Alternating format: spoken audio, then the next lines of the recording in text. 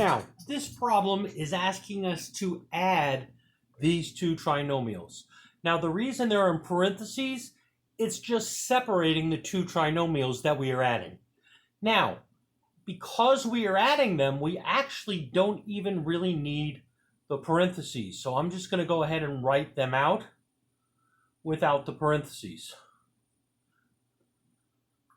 Now, basically at this point, what we're going to do is we're going to combine the one with like terms. So here I have an x squared. There's another one with an x squared. I have x squared and a positive 2x squared. I add them together, so that gives me a 3x squared. And then the next thing down, because I'm also putting them in order as well.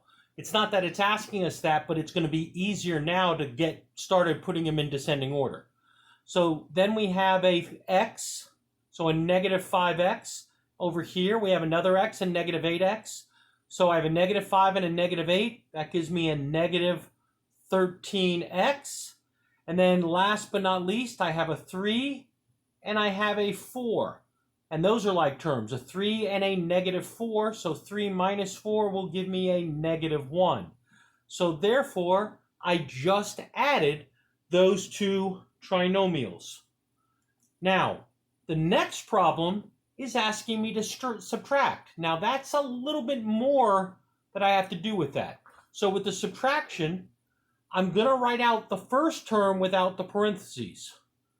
Okay, because there's nothing dealing with the parentheses out front that I need to worry about it. So once again, the parentheses are rounded to separate the two different trinomials. Now, I'm going to go ahead and for the minute leave this parentheses here. Now, because we are subtracting this second term, this minus here, this subtraction, I'm going to distribute it through this parentheses. So what's going to happen is it's going to change the sign of everything in the parentheses. So this is going to become 5x to the third minus 3x minus 7. Notice nothing changed there. And now I'm going to take this negative through, and if you want to, think of it as a negative 1 multiplying by everything here. And it becomes a negative 9x to the third minus 5x squared plus 8. So it changed the sign of each one of those. Now I go back to how I was in the first problem, and I go ahead and combine my like terms.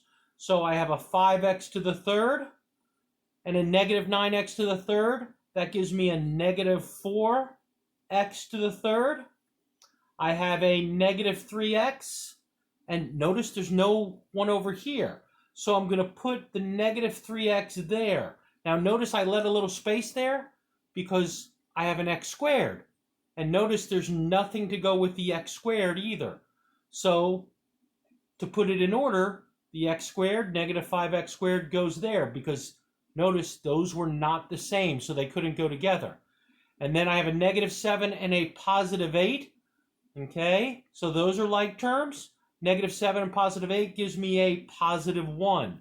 So that is my subtraction, and the problem is done once I've put all the terms together.